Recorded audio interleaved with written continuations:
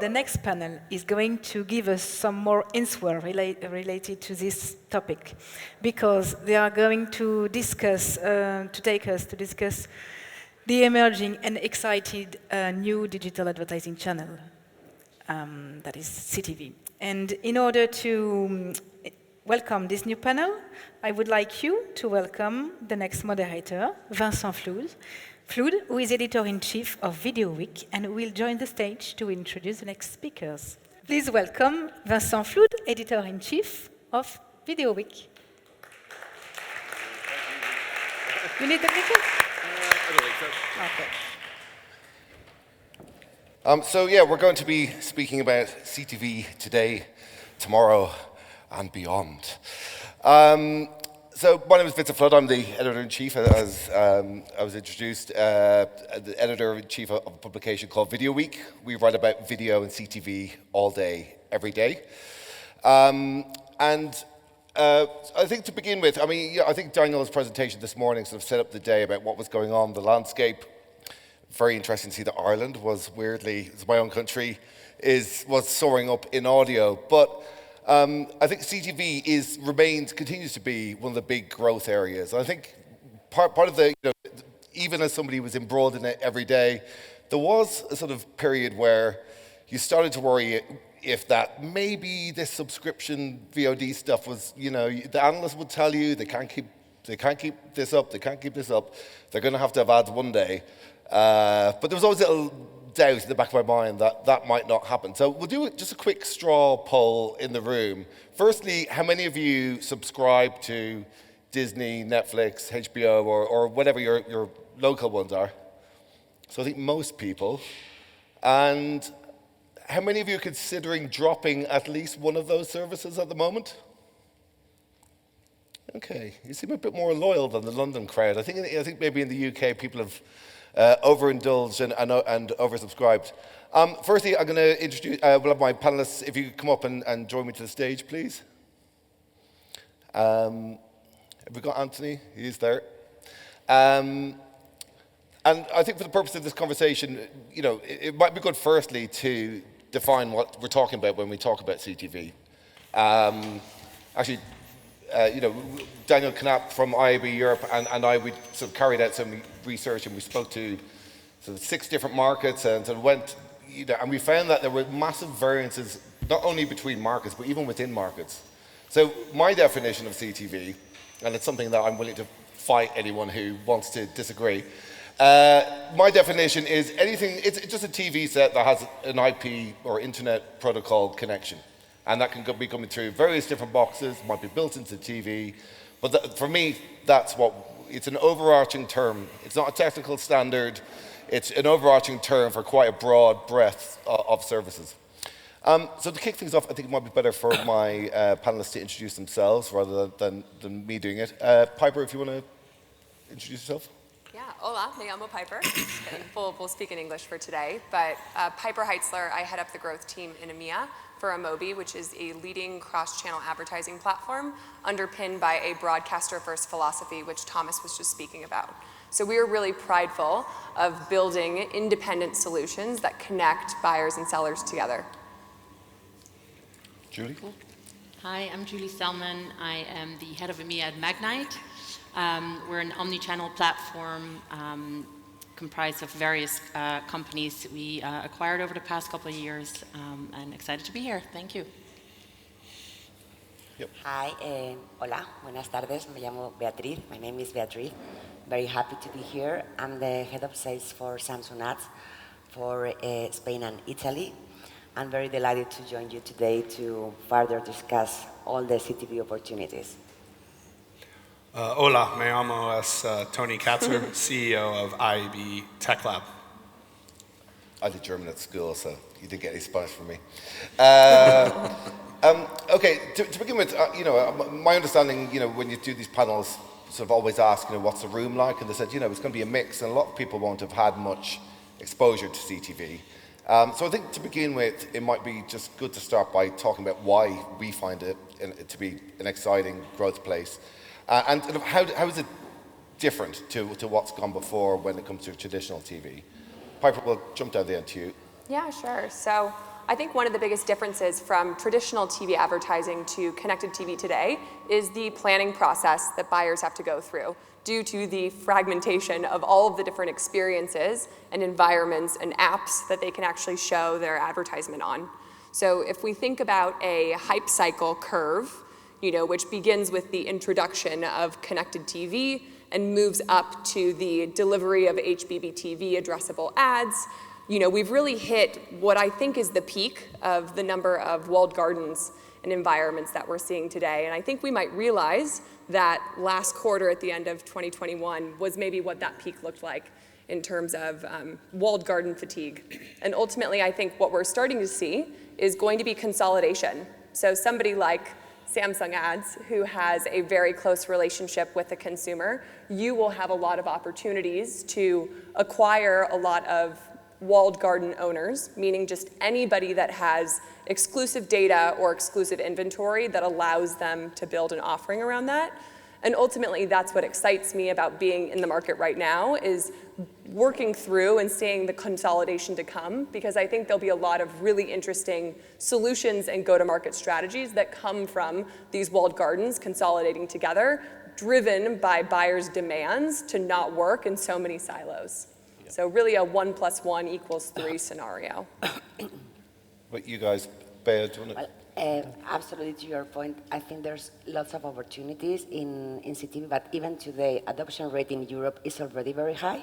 And I think that CTV just enlarged the opportunities that TV brings for the consumer.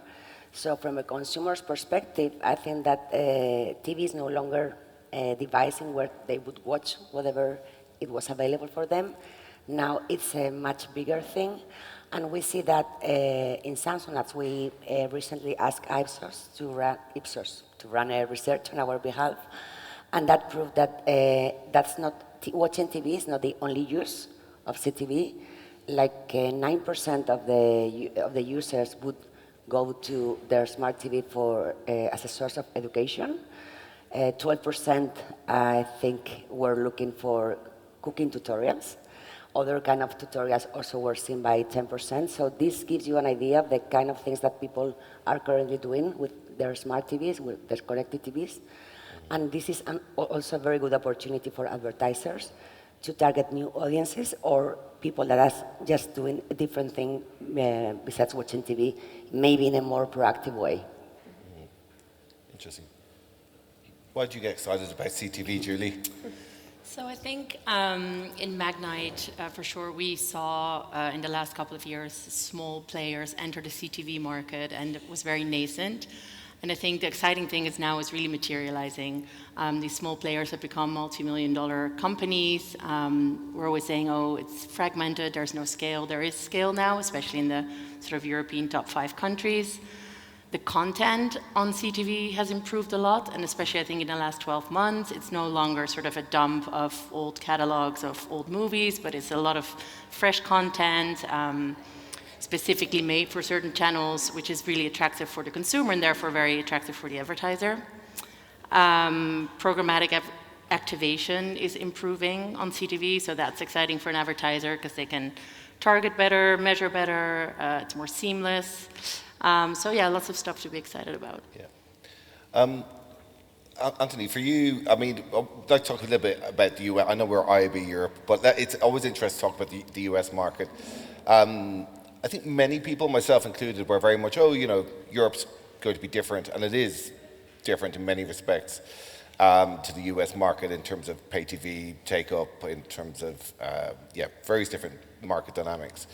But what are you seeing in the US? How are things evolved? What's the state of connected TV in the US? I don't think there's a lot of difference between what we're seeing in the US and the rest of the globe from a CTV perspective. What excites me is that depending on the study you read, whether it be eMarketer, Morgan Stanley, Goldman Sachs, the linear budgets for 2022 are roughly between $165 to $180 billion in global television budgets that will transition over the next decade to CTV. If we were to have this panel a decade from now, we won't call it CTV. It will just be TV. And from the average consumer's perspective, that's all it is. CTV is no different than your traditional linear or broadcast lean back experience to escape reality for a while or get educated or informed by that big screen on the wall. The challenges we see in the US, I don't think, differ again from the rest of the globe, because globally CTV is a phenomenon.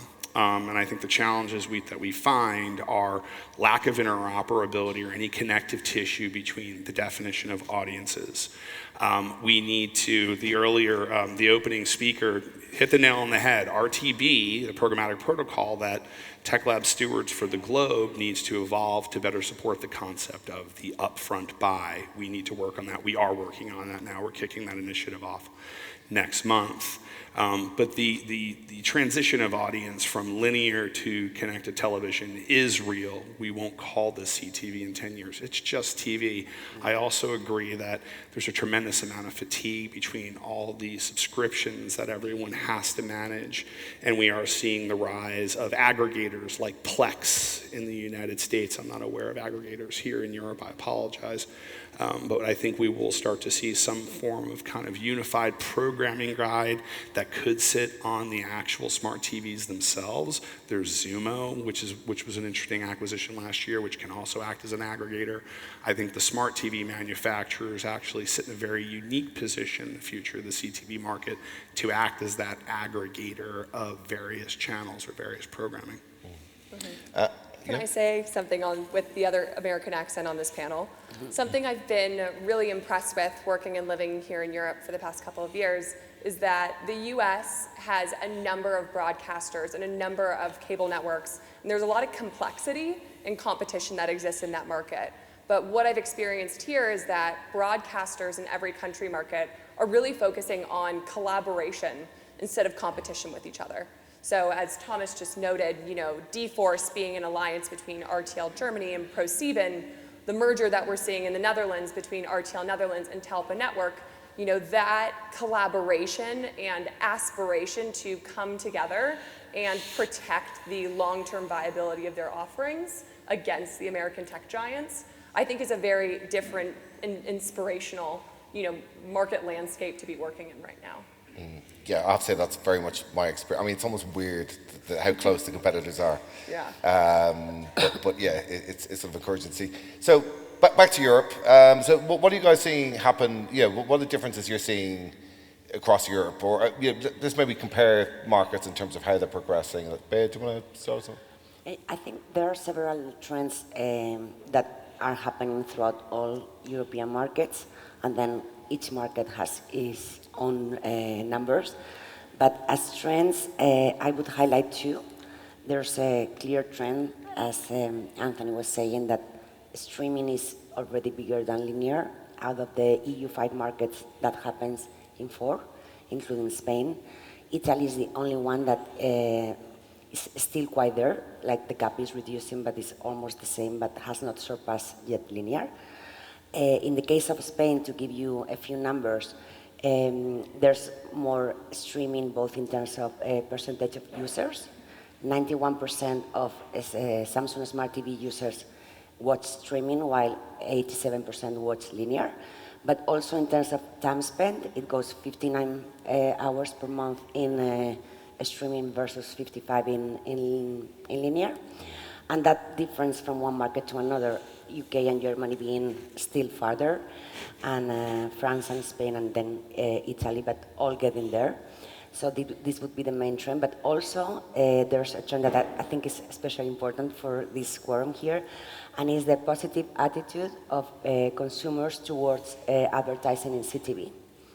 They consider it more more entertaining, yes, more entertaining, and of a higher quality versus advertising in other devices, and that, I think that is a constant in all markets.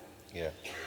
For you, Julie, what are you seeing in terms of different markets? I'm asking this question to each person because you often get just different answers from different people. Yeah, no, definitely. I think, so first of all, I think it's, on the one hand, yes, we're all on the same trajectory in Europe and just at different sort of levels, I guess. But it's really important to understand the nuances. And I think each country has different reasons for why they are where they are. Public broadcasters are really prevalent in some countries. You have IPTV in France, and there's different reasons why different countries are sort of in different stages. But at Magnite, we do a lot of research, and we did a research on sort of the consumer and the use of linear TV versus CTV, and we found that 70% of viewers now in Europe are hybrid viewers. So hybrid viewing is the norm. Again, I think UK and Germany are a bit more advanced in the uptake of, for example, fast services, but then there are some surprises like Spain, where I think 9 out of 10 users, I think, which is what you said, 90% is watching CTV. So again, there's definitely nuances and different stages in the development, but everyone is moving towards, I guess, the full adoption. And I 100% agree with you, CTV, TV, it's in the mind of the consumer, it's the same thing. Yeah. For you, Piper, do you see big differences between the pace of different markets and what's sort of behind that? Yeah, I think the aspiration for broadcasters and sales houses right now to transform their digital buying experiences for buyers is really occurring at the moment.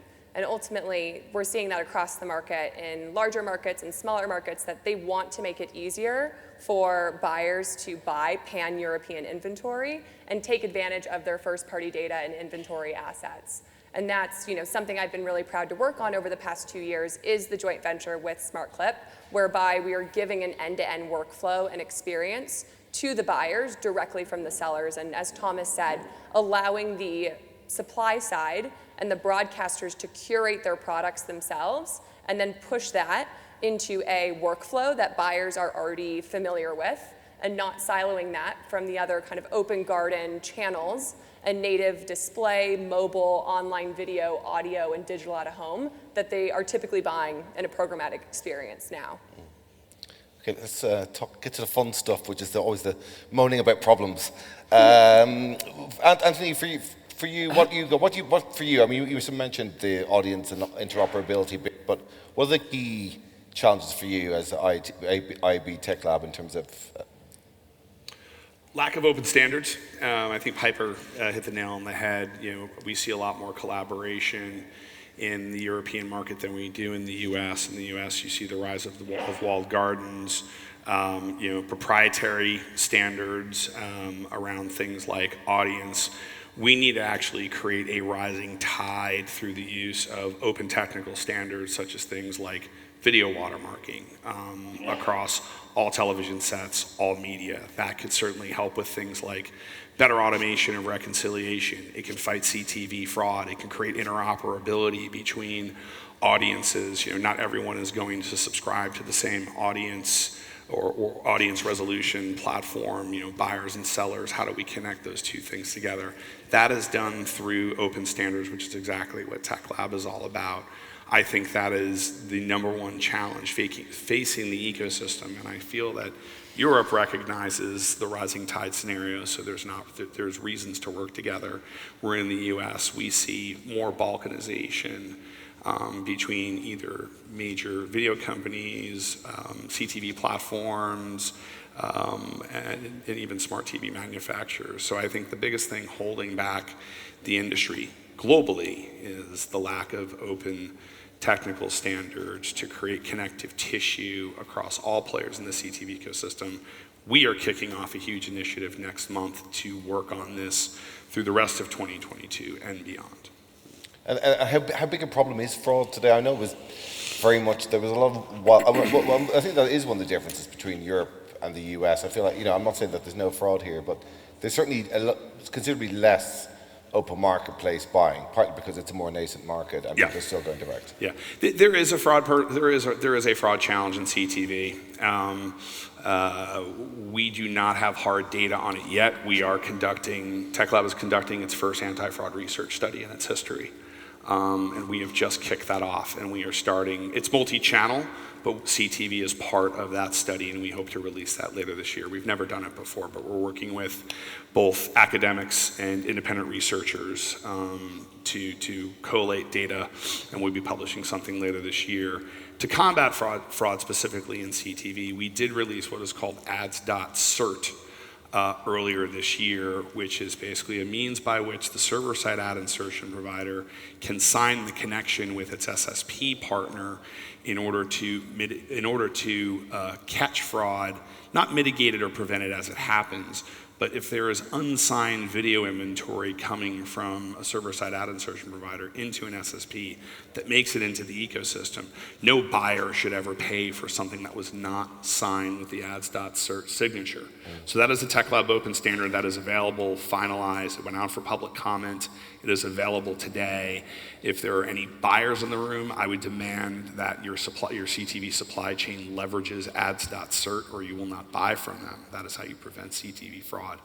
I think it exists. We don't have hard data on how prevalent it is. We will have hard data on how prevalent it is later this year. So there is a fraud problem. It's just hard to measure at this point.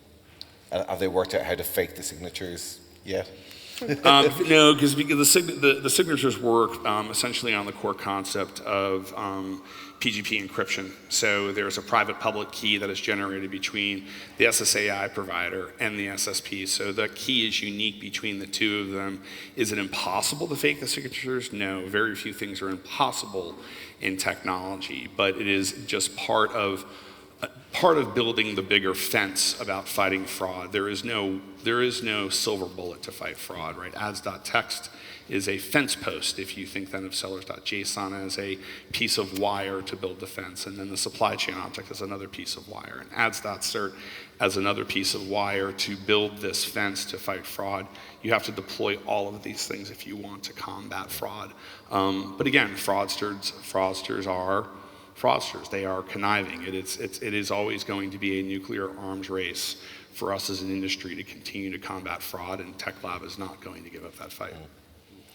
And for you guys, what are the things that make your lives difficult, and what do you find challenging? Anyone wants to jump in? I think that absolutely agree with Anthony, but from a wider or even older perspective, I think as still in Europe, we are still in CTV in an initial phase, and we saw the audience making the move to CTV, but still not that much the investment, and this is normal, and this has happened in the past in other media, in social, even longer ago in pay TV. So the audience is here here already, and I think for the investment to match the audience behavior, there's still some changes that need to be done in the CTV buy side to create the needed infrastructure for that fit to happen.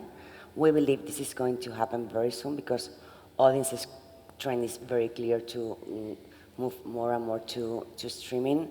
So the other side of the coin of this is that this is also a real challenge for advertisers to get to this 40% of people that are no longer watching linear as much as they were, like less than 5 hours per month in Spain.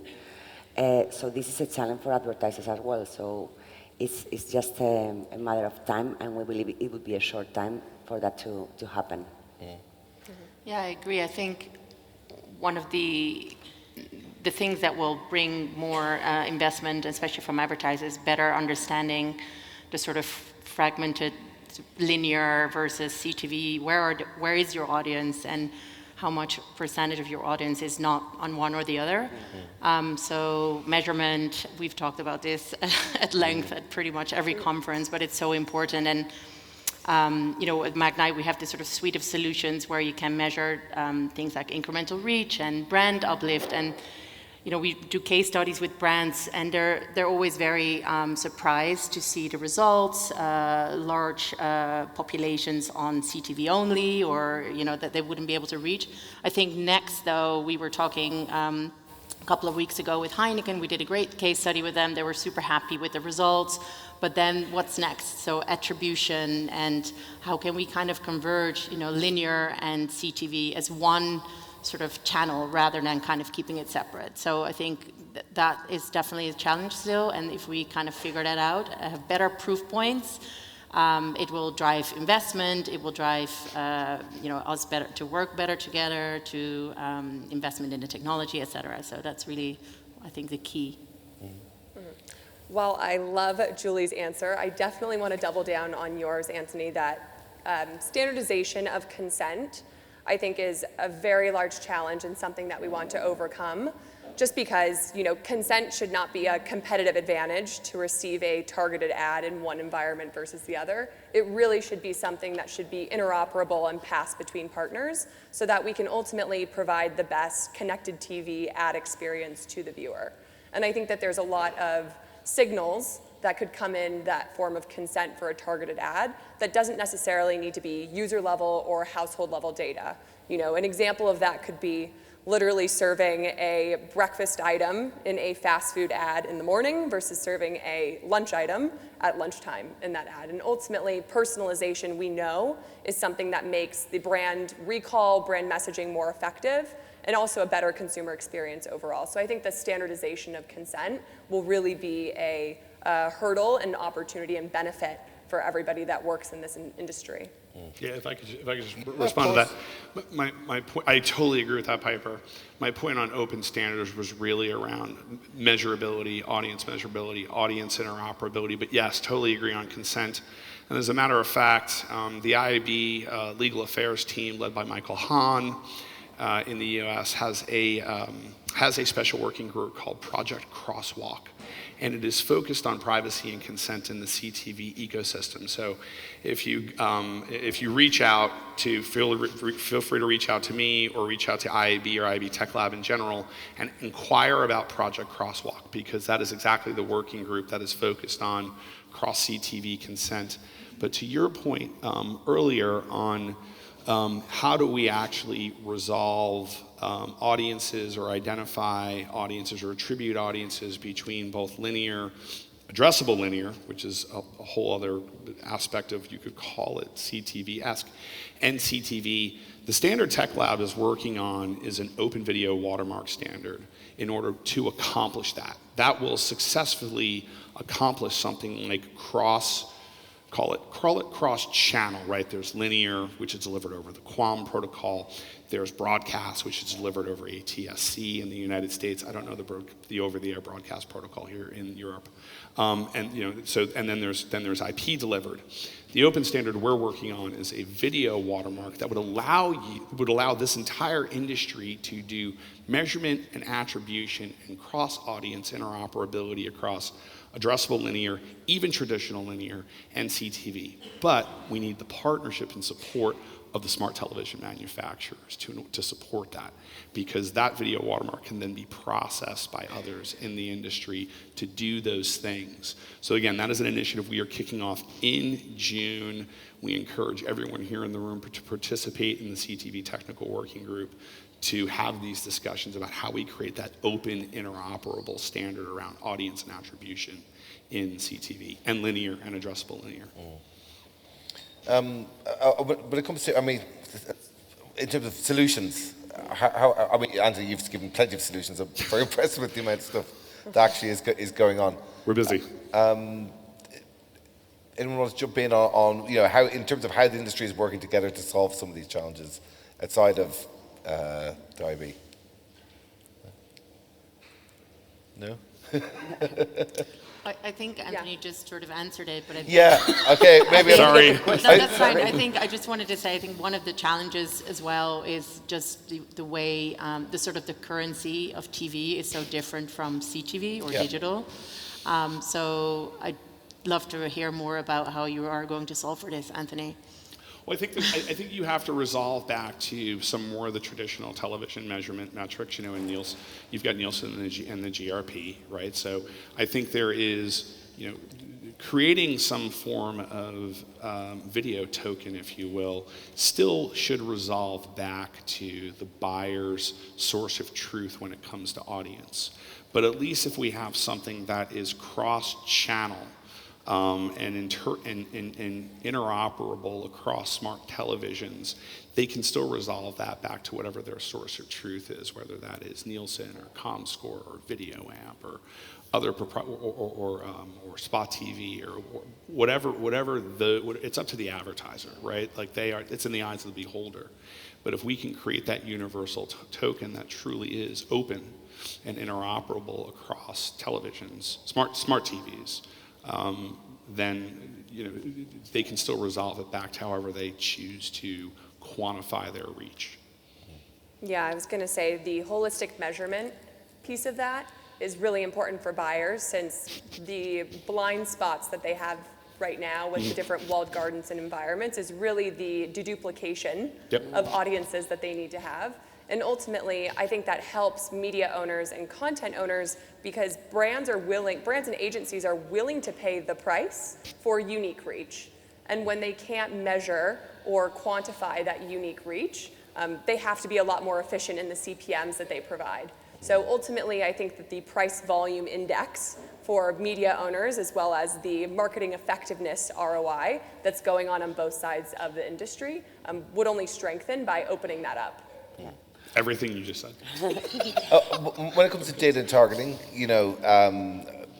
what's emerging? I mean, I've done so many of these panels where we're sort of talking about the future, post-cookie, it's in the future. What today are people using when it comes to targeting? What data is most valuable? In Samsung Ads, for instance, we are today already capable of doing basically what you were mentioning. We can, due to our data and targeting capabilities, we can identify this 41% in case of Spain, or 43 or 47, whatever the number is, of people that are very hard to reach in linear. And just by identifying them, we can just serve ads to those people. So it's basically incremental reach from the linear buy.